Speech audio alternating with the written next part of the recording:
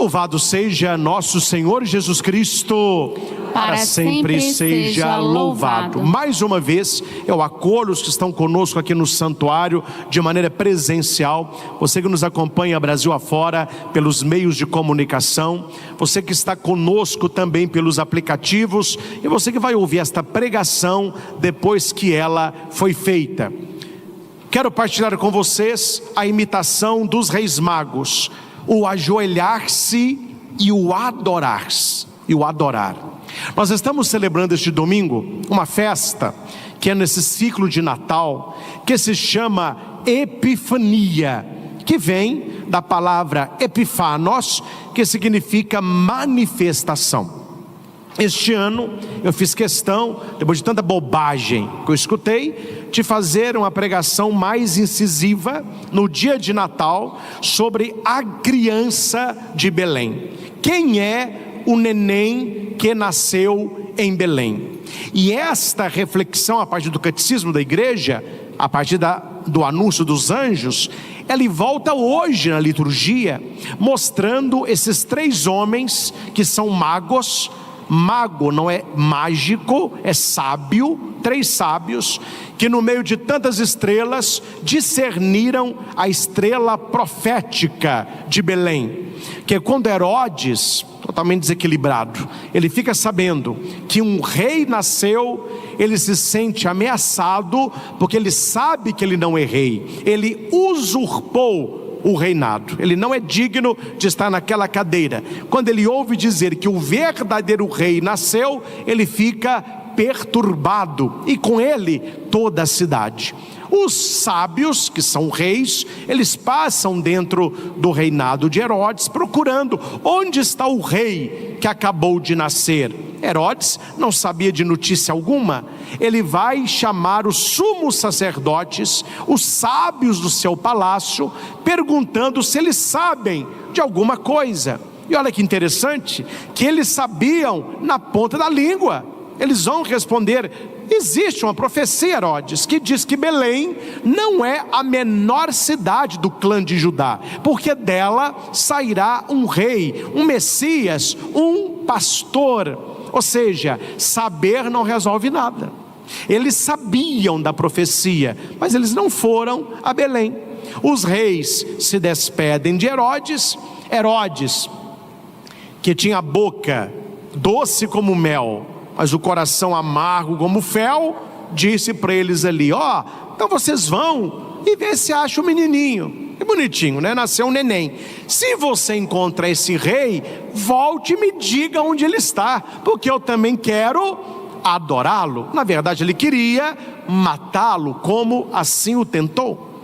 Nós temos no Evangelho a estrela de Belém, que muitos até hoje não sabem disso, que as pessoas até hoje pensam, e você vai aprender, que a estrela de Belém se chama estrela porque no céu ela brilhava como uma estrela, mas na verdade ela era um anjo. Isso está em Apocalipse capítulo 13, versículo 4. Um anjo que brilhava como uma estrela, e ele foi acompanhando os reis até onde Jesus estava. Porque no nascimento de Cristo, o céu, ele se alegra. Hoje, quem é esta estrela?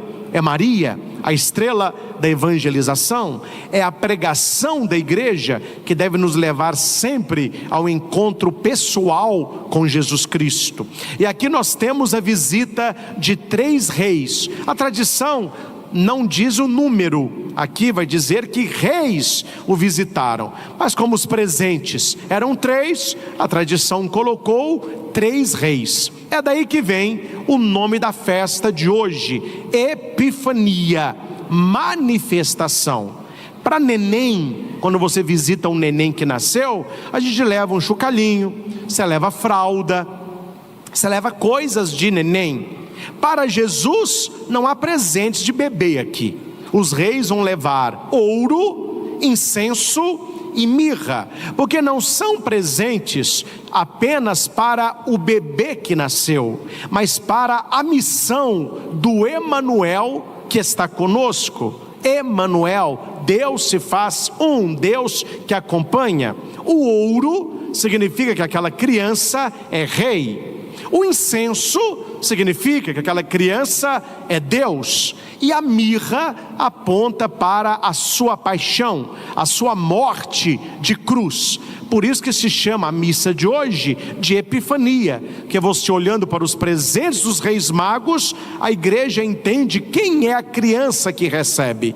Então, resumindo, quem é a criança de Belém? Ela é rei, verdadeiramente Deus e verdadeiramente homem, igual a nós em tudo, menos no pecado.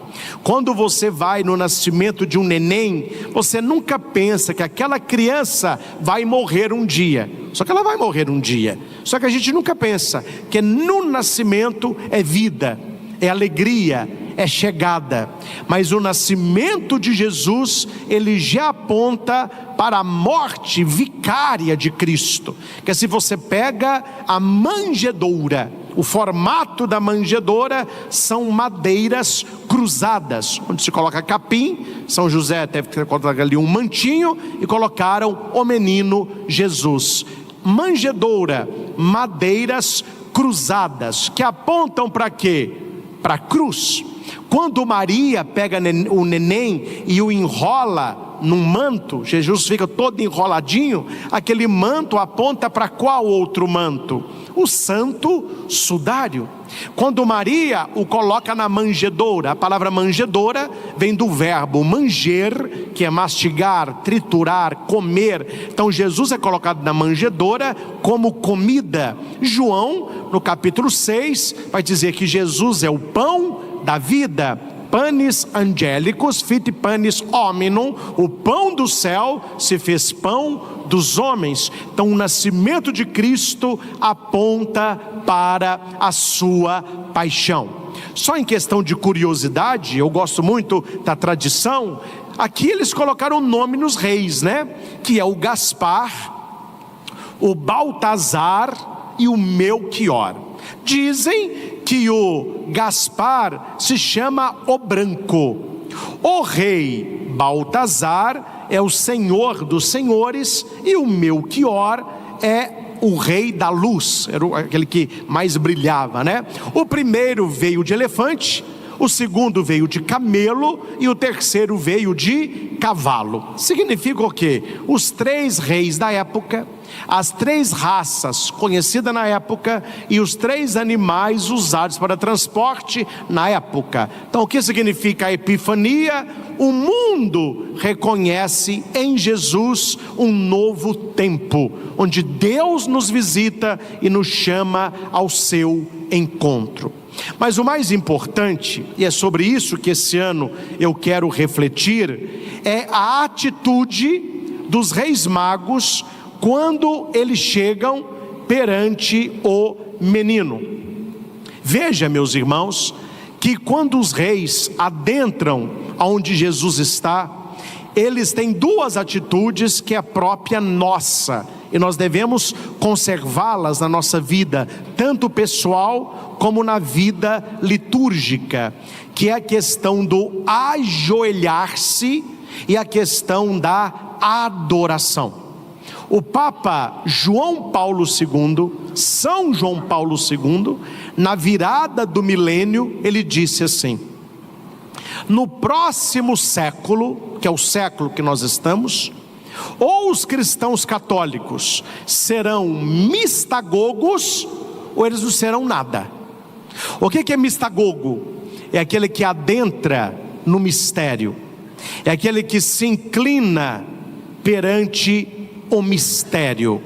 Nós temos lá em Belém, quem já foi a Belém ou já viu um filme, alguma foto, para você entrar na gruta de Belém, eles fizeram uma porta menor do que este ambão. Ela é larga, mas ela é baixa. Primeiro, para que o templo não fosse profanado nas invasões bárbaras, porque eles iam de cavalo, então eles iam uma porta muito pequena, eles não iam perder tempo de entrar ali. Mas a porta foi rebaixada, porque quando os reis iam visitar a gruta de Belém, eles iam como os tais. e eles não faziam o que os reis magos fizeram, que é o inclinar-se, o ajoelhar-se e o adorar o Cristo que ali está. O que eles fizeram? Abaixaram a porta. Então hoje, toda pessoa que vai a Belém, e você vai entrar para visitar a gruta que Jesus nasceu, das duas uma, ou você abaixa ou você não entra. Então todas as pessoas, elas se inclinam para entrar na gruta de Belém.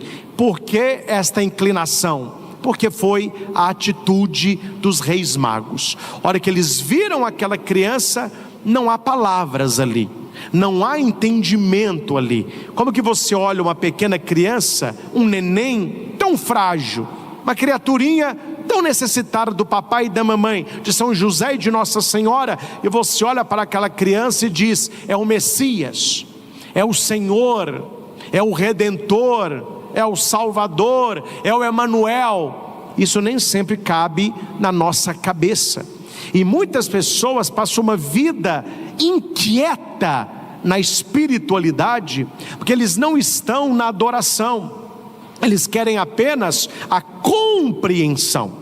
E muitas coisas nós vamos compreender, e muitas coisas nós vamos entender, mas tantas outras, elas tangem o mundo do mistério, e no mistério não se toca, o mistério se adora. Os reis magos não ficaram perguntando: mas como que esse neném é Deus? Mas como que aconteceu a concepção desse neném? Mas por que ele nasceu aqui e não nasceu em outro lugar? Ah, mas se ele é rei, por que ele não nasceu num castelo? Mas qual se cumpriu essa profecia? Qual a profecia que se cumpriu? É de Isaías? É de Jeremias? É de Ezequiel? Não. Os reis magos entram, olham o menino, oferecem os presentes, eles se ajoelham e adoram. É a atitude do mistagogo, é a atitude que João Paulo II tinha, passando na capela do Palácio Apostólico no Vaticano, cerca de 2 horas a 3 horas por dia, prostrado, com os braços abertos, adorando Jesus no Santíssimo Sacramento. Quando não se entende o mistério, se adora, se prostra. Temos hoje o nosso querido e amado Papa Leão. As pessoas, como sempre, a turma dos mimizentos não param, e eles ficam de olho para ver se consegue pegar um pelo na casca do ovo. E o Papa Leão, graças a Deus, é dos nossos.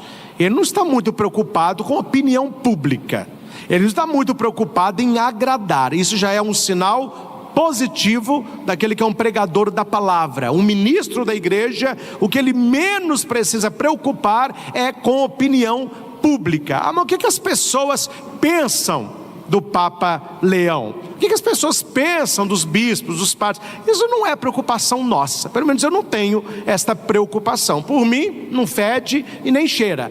O que nós temos que ter uma firmeza, é uma firmeza na pregação, uma firmeza doutrinária, um discurso que leve o povo à conversão, e que não é uma imposição, é uma proposta de caminho. E Papa Leão, ele visitou, não é, algumas igrejas, umas mesquitas nessa última viagem, e como Papa, respeitosamente, ele tirou o sapato e visitou ali. Só que não é religião cristã, eles não adoram o Deus da revelação, que é Jesus Cristo.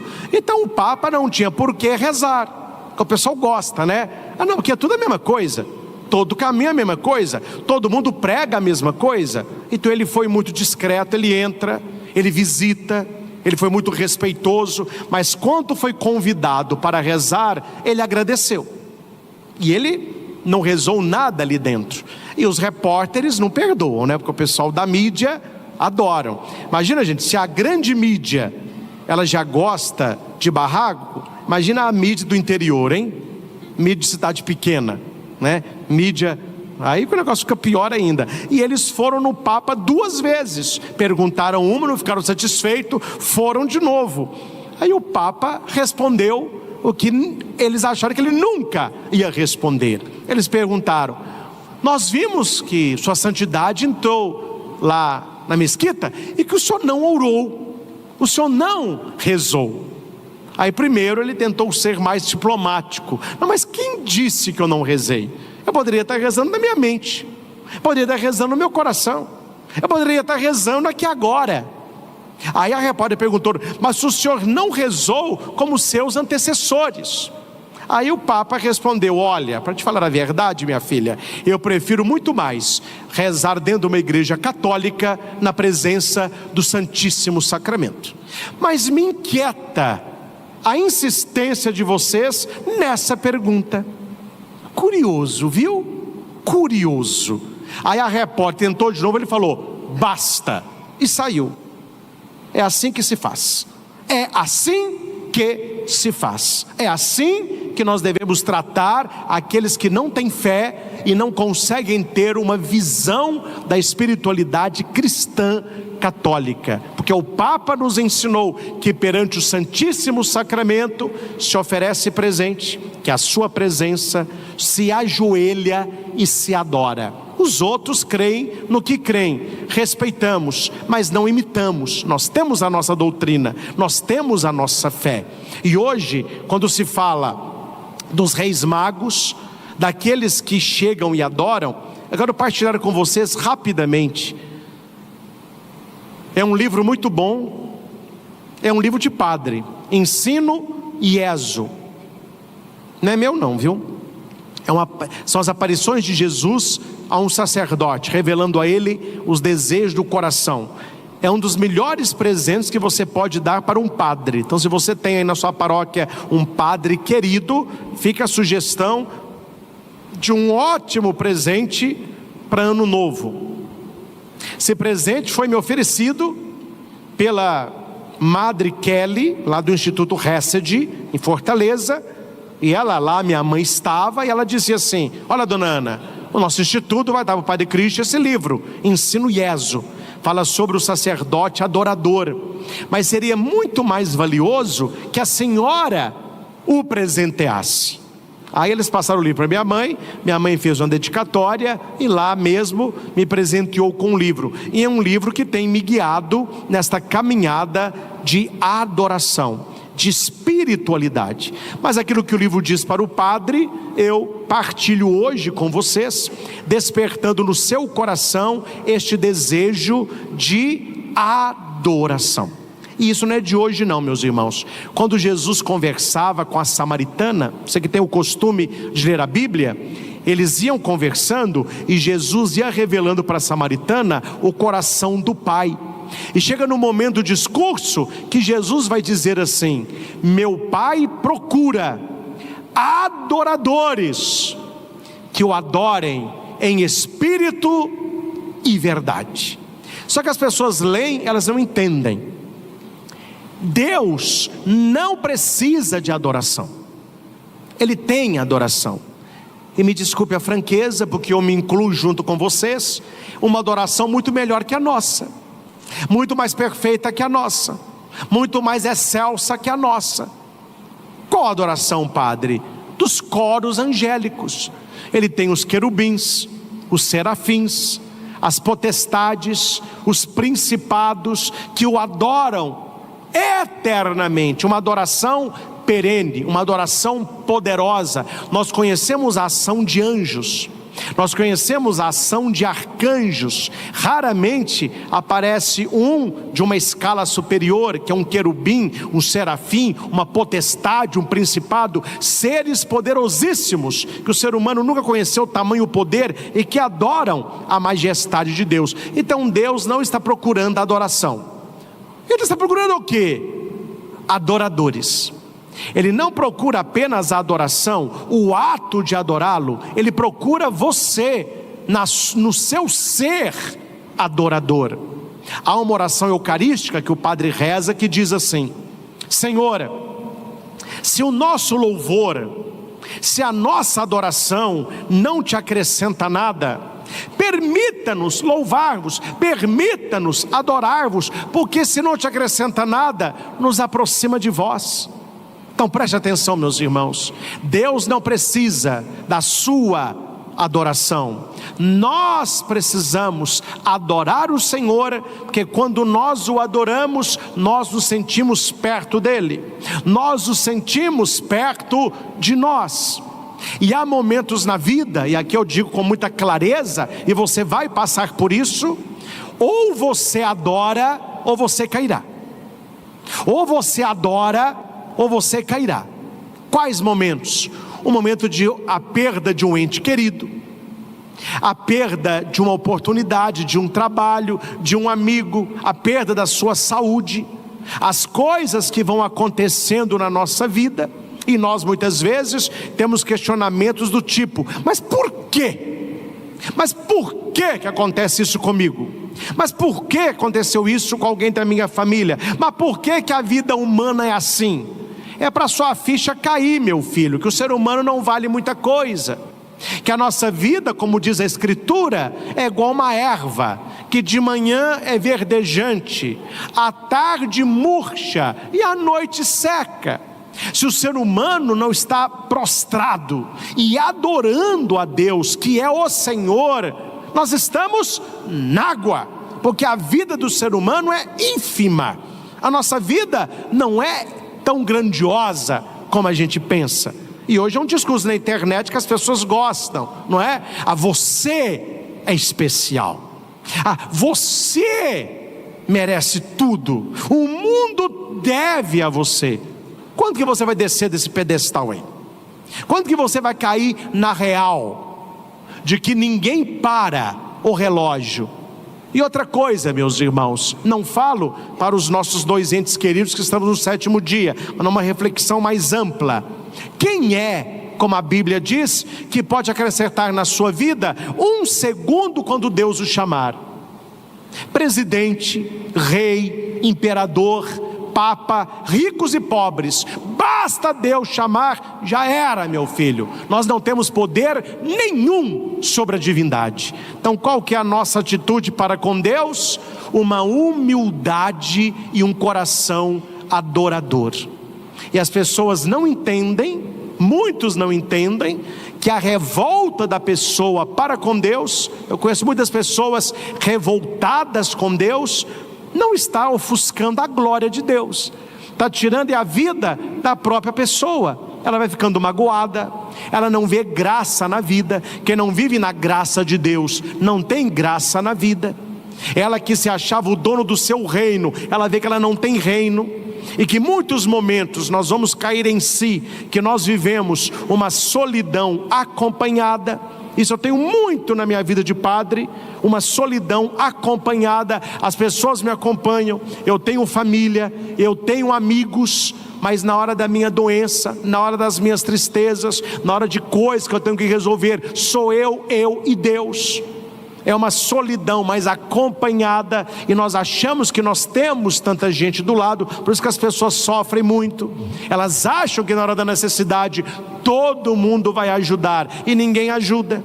Você acha que está cheio de amigos, você cai num leito de dor, pouca gente lembra, pouca gente cuida, pouca gente se importa, e nós vamos ficando então magoados com o ser humano, magoados com a vida, magoados com a gente mesmo. A gente faz o embrulho dessa amargura toda e jogamos para Deus. Eu estou amargurado com Deus. O que falta, meus irmãos? Uma vida de adoração, uma vida de entrega. As pessoas dizem, claro que eu espero que não seja um carro católico, né? Mas eu vi um adesivo no carro escrito assim: com Jesus é só alegria. A pergunta é: qual Jesus? Que não é o Jesus bíblico, né? Porque se você pega a vida de Nossa Senhora, vamos pegar só Nossa Senhora. Nossa Senhora não foi poupada. Deus não poupou Maria da dor, do vexame, da insônia, das lágrimas, do sangue. Aí nós, na nossa autossuficiência e autorreferência, nos achamos não dignos de sofrimento.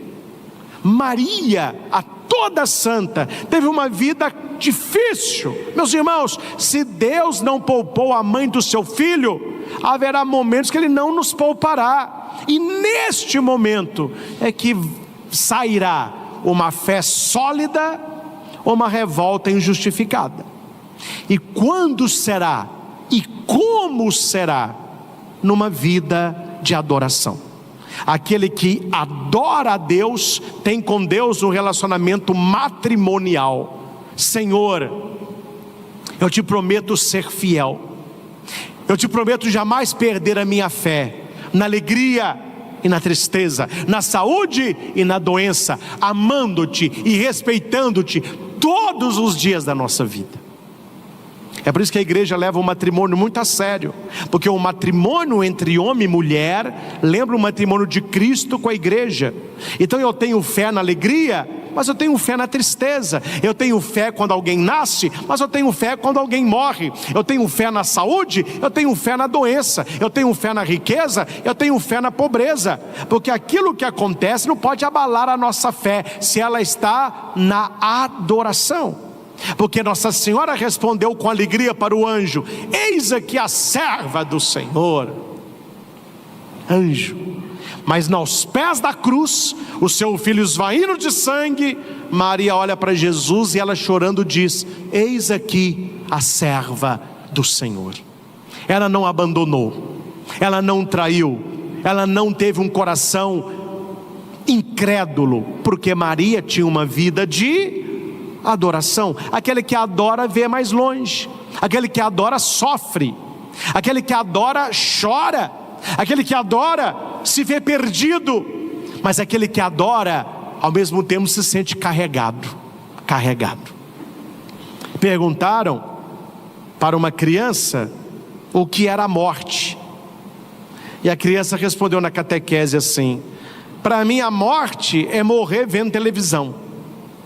E os coleguinhas riram, mas a catequista atenta perguntou para ele: não, mas me fale mais, o que significa isso? E ele disse assim: é porque meus pais acordam muito cedo e eu estudo à tarde, então eu posso ficar vendo televisão um pouquinho mais, mas a minha mãe e o meu pai ficam lá do quarto assim: vai dormir, menino? Eu respondo: já vou. Vai dormir, menino? Já vou. Só que eu fico vendo televisão, eu estou um cochilo e eu durmo no sofá. Não toda vez, mas de vez em quando. Aí quando eu acordo, olho para a televisão, ela já está apagada, e eu estou no colo do meu pai. Meu pai está me carregando para a cama. Para mim, morrer é a gente dormir vendo televisão. Apaga-se a tela da vida. Quando a gente abre os olhos, nós estaremos no colo do nosso pai. Como que uma criança consegue fazer esta comparação? Porque ela tem o coração puro. E como que nós podemos ter esta pureza? Buscando a adoração. Permita-me finalizar esta pregação apenas com algumas frases que eu destaquei aqui no Ensino IESO, onde Jesus fala da importância de nós termos um coração adorador. E se você tiver um coração adorador, isso não fará bem para mim, isso não fará bem apenas para sua família, no seu casamento. Isso é bom, é para você. Porque eu posso fazer aqui um discurso, meus irmãos, de 6 horas, sobre o valor de tomar água e matar sede. Você pode sair daqui com tudo na ponta da língua e com clareza mental, mas só vai funcionar quando você tomar água. Eu posso tomar aqui 20 litros de água, não vai matar a sua sede. Adoração é a mesma coisa. Ou você adora, ou você continua com sede, vendo os outros bebendo. A oração de todos para Jesus deveria ser: preserva-me fiel ao teu chamado, e não permitas que nada me distraia de ti, que és a única coisa necessária. Quando eu adoro, eu descubro que Jesus é a única coisa necessária. E Jesus vai responder, olha que bonito a resposta de Jesus, a oração deste padre: adoração, adoração, adoração.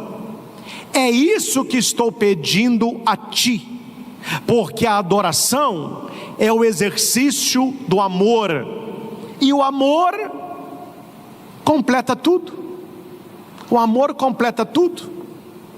Esses últimos dias participei de vários velórios, e nesta missa pessoas entregando a Deus 2 entes queridos. Como dói, que eu sinto a dor daqueles que sofrem, e sofrem por alguém talvez que a gente não teve convivência.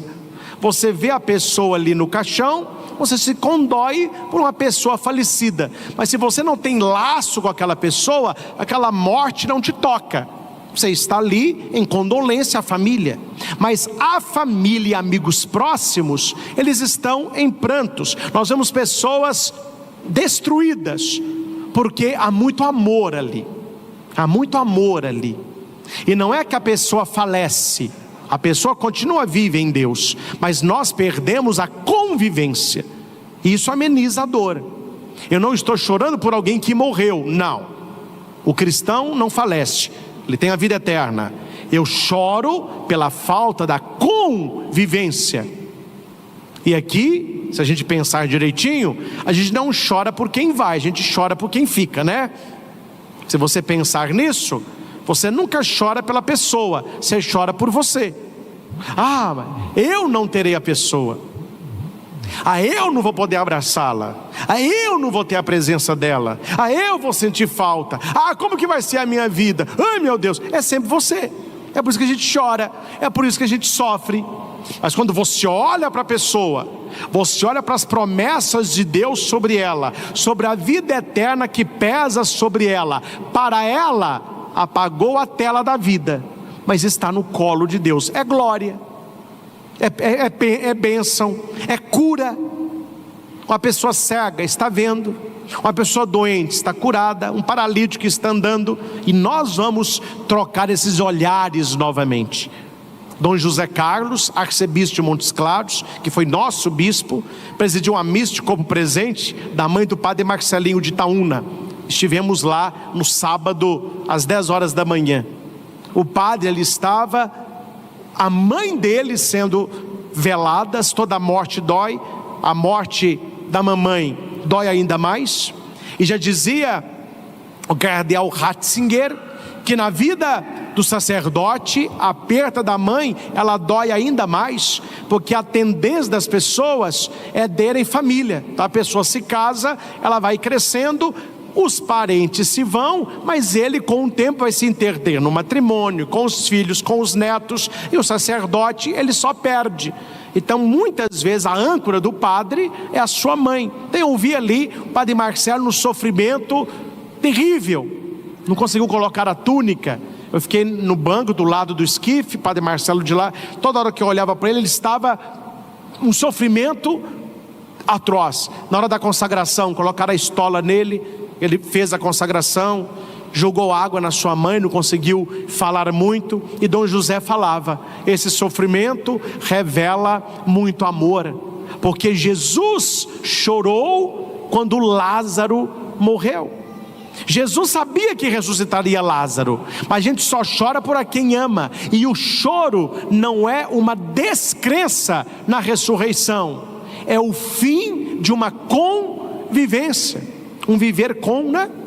Não é a dúvida da vida eterna, mas a saudade do que é bom. E Dom José falava de maneira muito feliz: um dia, padre Marcelo, os seus olhos estarão entrelaçados com os olhos da sua mãe novamente. Um dia vocês verão, e este encontro não terminará mais. É o que nós cremos, é o que nós acreditamos. É por isso que precisamos ter uma vida de adoração, para que essas coisas não sejam bonitas de ouvir, mas sejam realidades de viver. Por isso que Jesus diz: a adoração é o exercício do amor, e o amor completa tudo.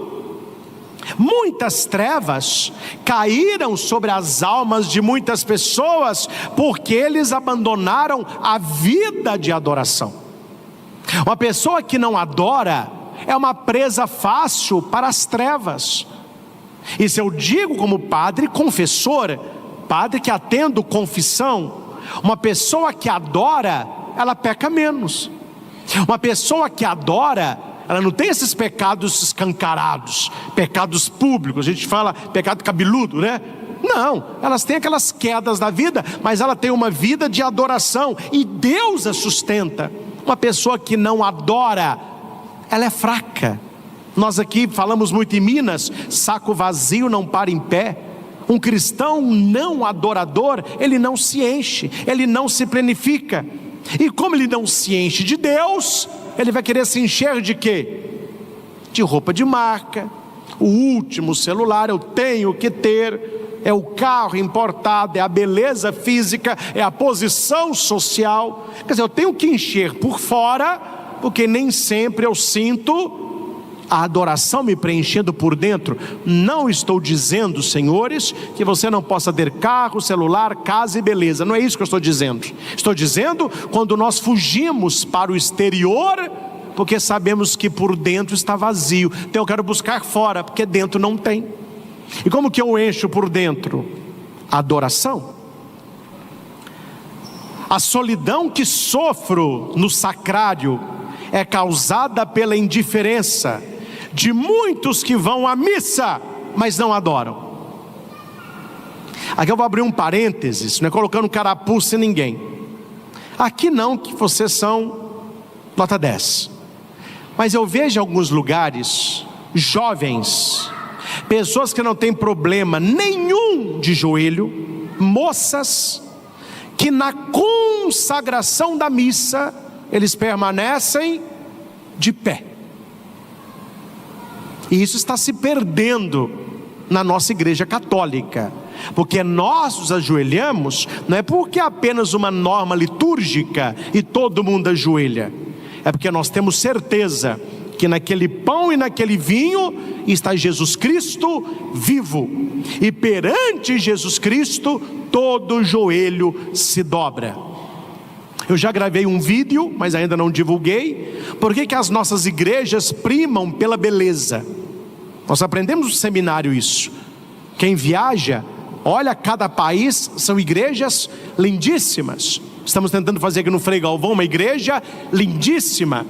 Por que a igreja católica, ela gasta tanto dinheiro com o templo? Sendo que algumas outras denominações, uma portinha, o pessoal se reúne ali. Era uma lotérica, a lotérica fechou, eles se reúnem ali. Por quê? Porque nós temos a concepção de que sobre o altar está a realeza de Jesus Cristo e a sua presença real, em corpo, sangue, alma e divindade. Aquele que foi pobre para os homens, se elevou como Deus em glória. Porque os discípulos falaram, os anjos falaram aos discípulos, esse que você está vindo subir, ele voltará em glória. Quando Pilatos pergunta, tu és rei? Jesus responde, eu sou rei, mas o meu reino não é deste mundo. Se ele fosse daqui, os meus súditos teriam guerreado por mim. Então a beleza do templo, né, aquelas catedrais imponentes, é para nos dizer o quê? Adore a Deus. As pessoas pensam, também o pessoal fala muito que não sabe, né? Que a grandiosidade da Santa Sé, que eu sou apaixonado pela Itália, por Roma, a grandiosidade do Vaticano é para mostrar o poderio da igreja. Pode ser que nos séculos atrás eles pensaram isso, mas tudo em Roma é tão grande, é para mostrar o pequeno que nós somos. Nós nos sentimos uma formiga na praça de São Pedro. Quando você entra na Basílica de São Pedro, você é menor que o rodapé da Basílica. Por que tanta grandiosidade? É a igreja te falando, olha o tamanho dessa igreja, olha o seu tamaninho, dobre, adore, Deus é grandioso. Então essas igrejas grandiosas, o nosso santuário alto, para mostrar o quê? O nosso Deus grande. E aqui funciona. que as pessoas que não frequentam aqui, que vêm a primeira vez, a primeira coisa que elas fazem, está cumprindo a função. Olha para o alto, meu filho. Lembra que tem um Deus maior do que você. Olha para cima. É um coração adorador. Até agora, a graça preciosa da adoração é desconhecida a muitos. Mas eis o momento, Epifania dos Reis Magos, eis a hora em que meus filhos e filhas voltarão para o altar e ajoelhados me adorarão em espírito e em verdade. Eles ouvirão meus apelos e retornarão penitentes e alegres aos pés dos meus altares. É isso, meus irmãos, que nós devemos aprender com os Reis Magos. Como eu cresço quando eu ajoelho. E não é um ajoelhar-se só na missa, não. Eu tenho o costume de rezar ajoelhado. Coloco lá na minha cama o meu livro de padre, um crucifixo, uma relíquia, e rezo ajoelhado. Porque quando a gente ajoelha, não sei se você já pensou nisso, toda vez que você ajoelha, você fica do tamanho de uma criança. Você ajoelhou, você é do tamanho da criança. Que Jesus disse, o reino dos céus pertence às crianças. Não é uma criança na idade cronológica, mas é a criança da adoração no tempo cairótico de Deus. Então aquele que ajoelha é grande para Deus, que é quando você se ajoelha, Deus cresce e Ele te sustenta.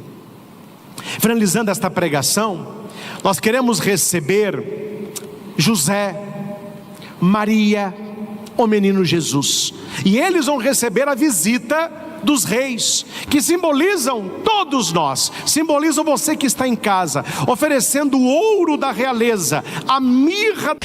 Queridos irmãos e irmãs, mais uma vez acolho a todos e a cada um, vocês que estão conosco nesta manhã, para este momento de adoração, e você que vai ouvir certamente esta pregação depois que ela foi aqui realizada. Nós estamos na primeira leitura da missa de hoje, primeira carta de São João, o capítulo é o 4 e o versículo é o 19 e seguintes. Aqui, meus irmãos, é preciso entender uma coisa: viver é relacionar-se. Guarde isso. Uma pessoa que não quer se relacionar, ela deveria mudar para uma ilha e viver lá sozinha. Porque quando nós estamos numa família, numa comunidade, em sociedade, ninguém vive. Eu vejo muito pessoas com um discurso já decorado, parece macaquinho treinado. Porque a vida é minha, eu vivo do meu jeito. Não, ninguém vive. Se você viver do seu jeito, você vai viver lá numa ilha, no mato, aí você não vai ter relacionamento com ninguém. Nós convivemos, e a convivência humana é saber que você não é uma ilha. Nós estamos vivendo com. O que é convivência? É viver com os outros. Então, da hora que você acorda até a hora que você dorme, você está se encontrando com pessoas da sua família, pessoas da sua comunidade de fé, um atendente, uma pessoa que você encontra na rua, você vai na padaria, você vai no supermercado, você vai no açougue, você pega o metrô, você pega um ônibus, está cheio de gente. Então nós estamos convivendo. Só que o ser humano, ele está nesta questão, penso, piorando. O ser humano está perdendo a capacidade de conviver. Você que acompanha aí os meios digitais, eu acompanho muito, eu atualizo sempre o meu Instagram. Muitos vídeos que você vê são pessoas brigando. O pessoal briga com muita facilidade. Hoje de manhã eu estava vendo mesmo um rapaz fazendo perguntas na rua. Ele chega perto de alguém: o que você acha disso? O que você acha daquilo? É o tal 2 pesos e 2 medidas, não é? Para um lado pode tudo, para o outro pode nada. Então ele vai perguntando. A hora que ele faz uma pergunta mais firme, o outro começa a agredir, empurrou, o rapaz caiu, chutou. As pessoas não sabem conviver, não é? As pessoas estão agressivas, ensimesmadas, brigam por qualquer coisa, partem para a agressão física. Já não há mais o diálogo. Eu gosto muito, apesar que eu assisto pouco, essas séries medievais, essas séries que falam sobre aqueles reinos antigos, onde havia o mensageiro real. Antes de iniciar uma guerra, ele mandava esse mensageiro, ou talvez um príncipe, negociar com outro reino, para ver se não seria necessário derramamento de sangue. E por que eu gosto dessas séries? A capacidade que eles têm de conversar. São diálogos longos, diálogos bem feitos, e se resolve na conversa. Por que eu estou fazendo essa introdução com você? Porque a convivência humana, ela é reflexo da nossa convivência com Deus. São João vai dizer na sua carta, atenção aqui: caríssimos, quanto a nós amamos a Deus, porque Ele nos amou primeiro. Então João coloca a base. Qual é a base? O amor. Mas não é um amor mundano, é um amor divino. Amamos a Deus porque Deus nos amou primeiro. E aqui uma pergunta: qual é a consequência daquele que ama a Deus? Transbordar amor. Transbordar amor. Aí a leitura continua: se alguém disser amo a Deus, mas entretanto odeia o seu irmão, é mentiroso. Pois quem não ama o seu irmão a quem vê, não poderá amar a Deus a quem não vê. Então veja que São João está nos apertando, está nos colocando na berlinda. Como que você vive dizendo: eu amo a Deus, eu adoro a Deus, eu vou à igreja, eu tenho um amor por Deus, nossa, meu coração é todo de Deus, sendo que você odeia o seu irmão? E João aqui, ele é firme, porque ele não está dizendo como que você ama a Deus se você não ama o seu irmão. A questão aqui não é o não amar, a questão aqui é o odiar. Ouvi certa vez uma frase maravilhosa que diz que nós podemos viver de duas maneiras. A primeira maneira é separar os meus amigos dos meus inimigos. E a segunda maneira é separar os meus amigos dos meus não amigos. Ou seja, o que é um inimigo e o que é um não amigo? Um inimigo é aquele que quer te destruir e que você quer destruí-lo. O que é um não amigo? É um amigo em potencial. Ele não é seu amigo, mas poderá ser. João está dizendo que a nossa espiritualidade, atenção, o nosso relacionamento vertical, ele vai influir no nosso relacionamento horizontal, a começar da nossa família. Quantas pessoas rezam, dizem que amam a Deus, mas dentro de casa são pessoas difíceis de se relacionar. Um homem grosseiro com a esposa, uma esposa inquieta, uma língua inquieta, filhos que são do grupo de jovens, são do EAC, vão à missa, mas dentro de casa são desobedientes, são grosseiros. Há alguma coisa errada acontecendo. Como que nós falamos que amamos a Deus a quem nós não vemos e não conseguimos amar o irmão a quem vemos?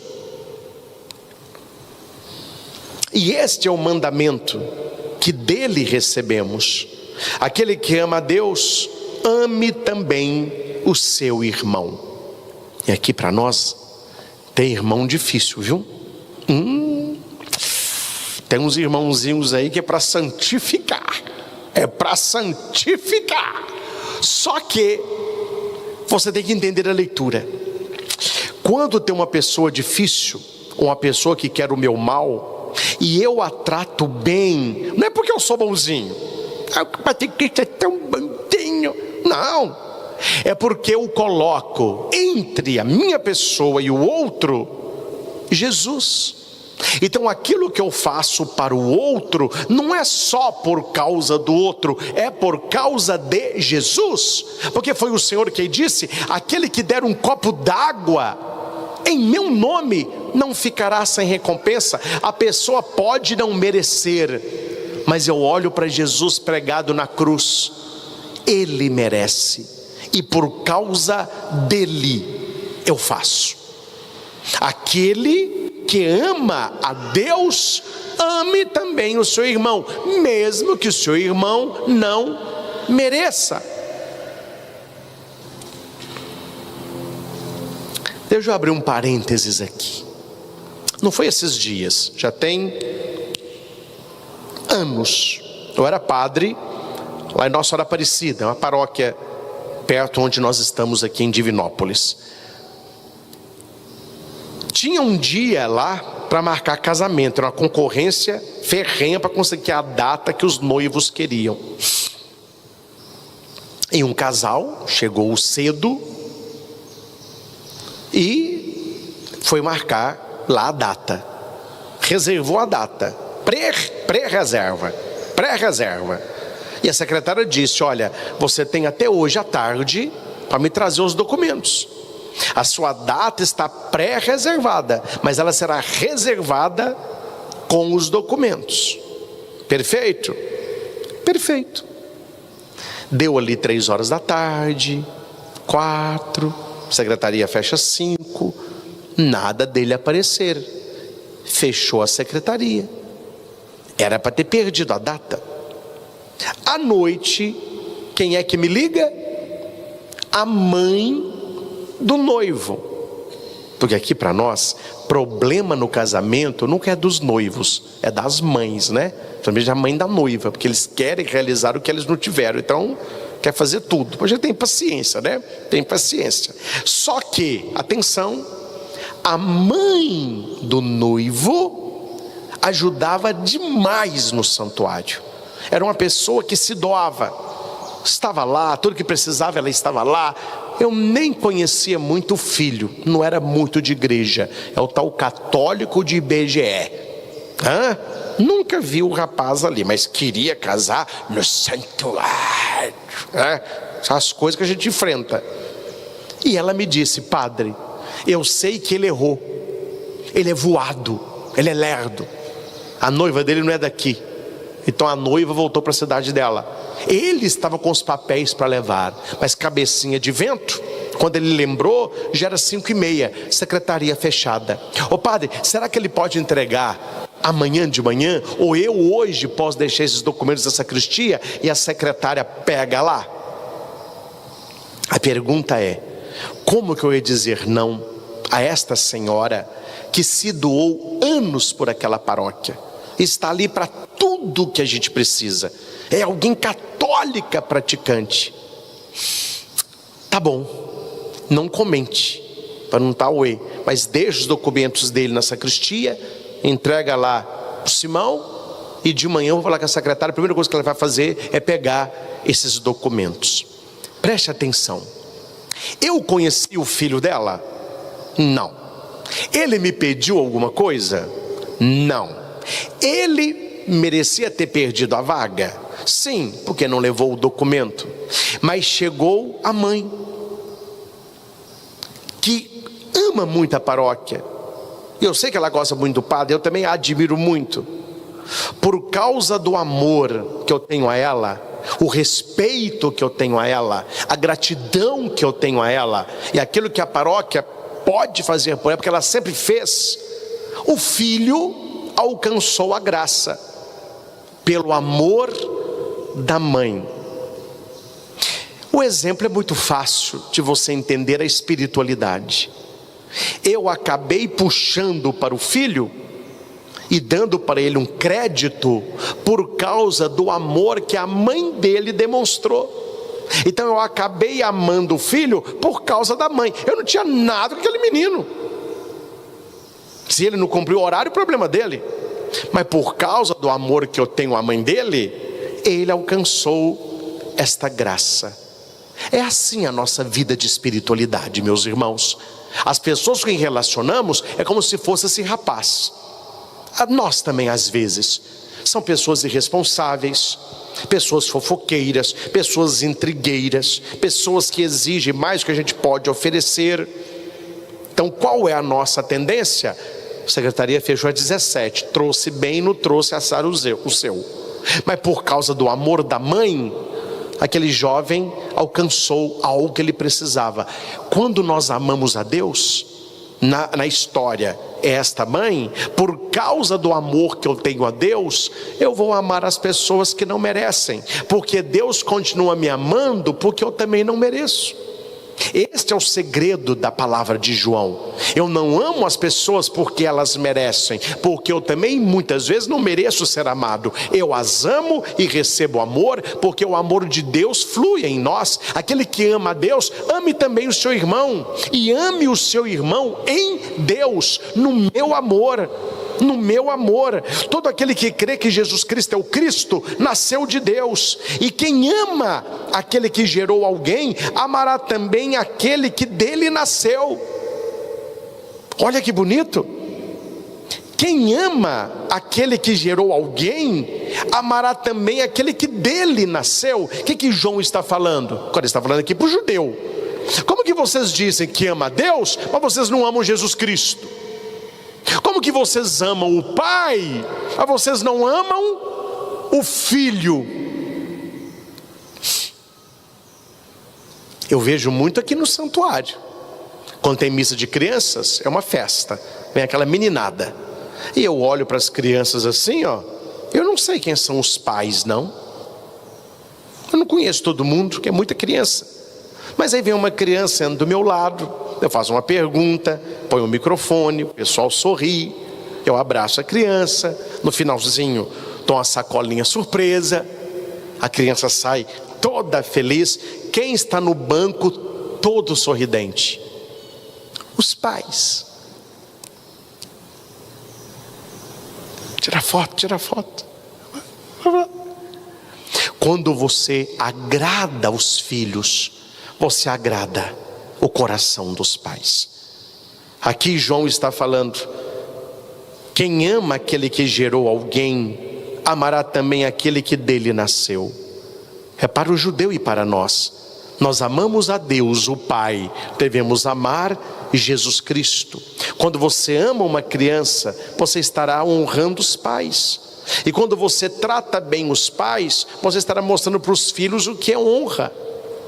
Isso vale para a nossa espiritualidade, mas vale para os nossos relacionamentos também. Você quer agradar a mãe? Trate bem o filho. Você quer magoar a mãe? Magoe o filho. Aí você pode falar com a mulher: não, mas você está insatisfeita comigo? Por quê? Eu te trato tão bem, eu belisquei, foi um menino, não foi você não. Não, mas é meu filho, pô. Não tem nada com esse menino aí. Esse menino aí é que se dane. O meu relacionamento é com você. Isso não existe não. E nem existe o contrário.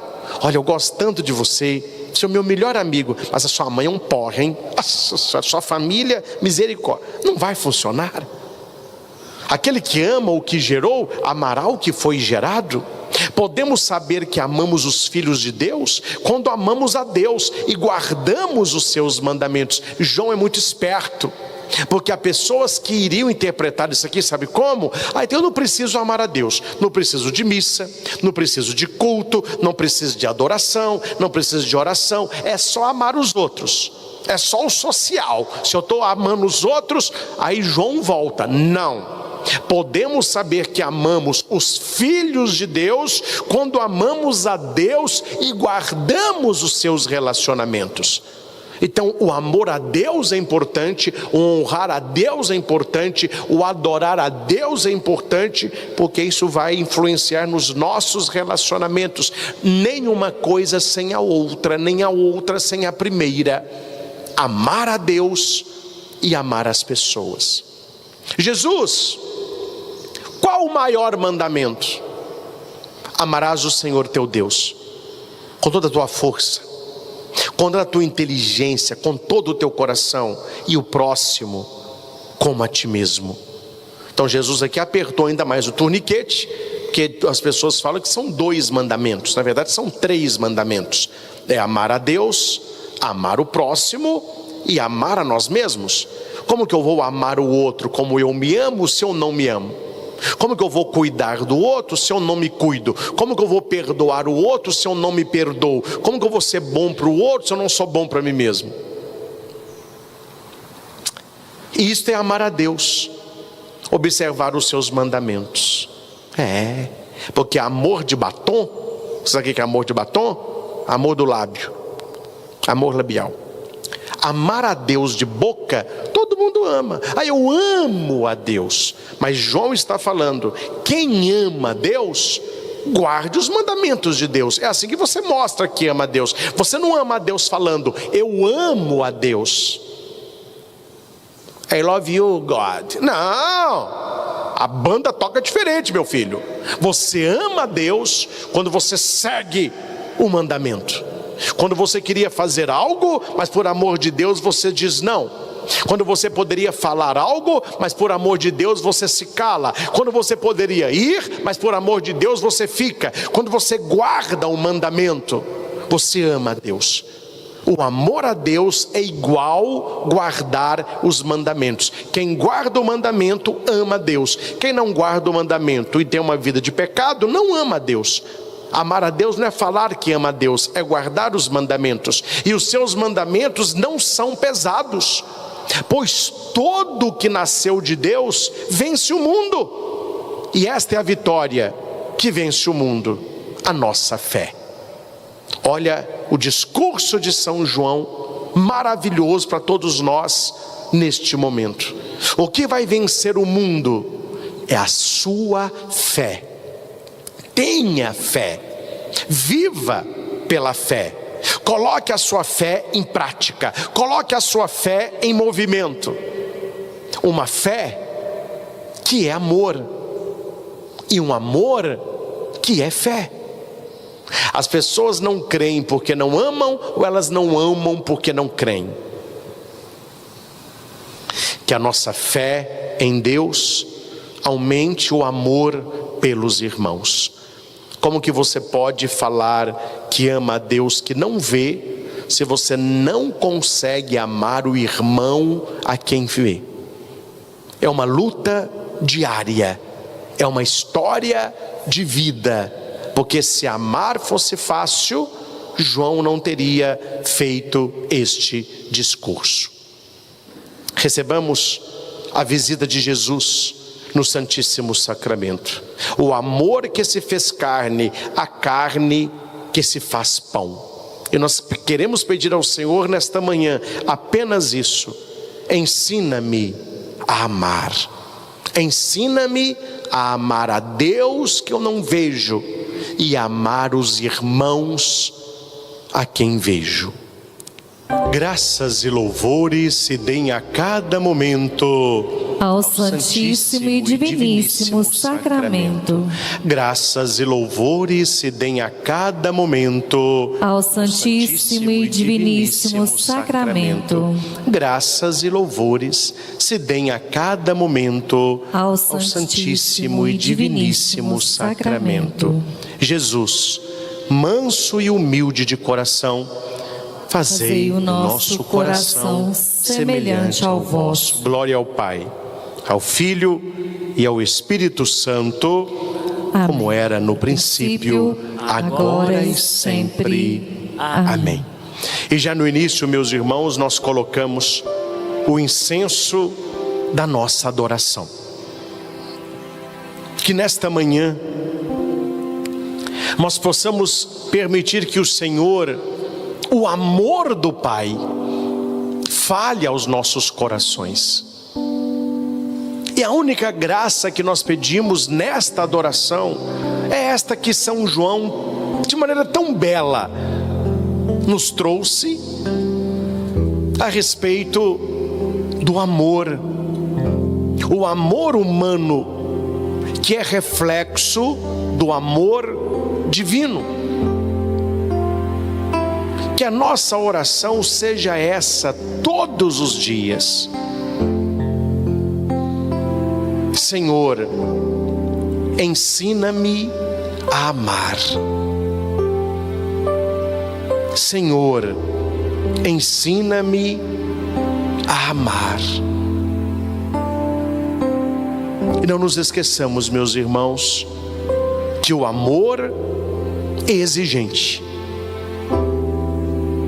Se você percorre as palavras de Jesus, os ensinamentos de Jesus, a maneira como ele tratava os seus discípulos, claro, com carinho, mas com firmeza, o amor de Jesus pelos seus, ele é exigente, porque o Senhor vai pedir várias coisas.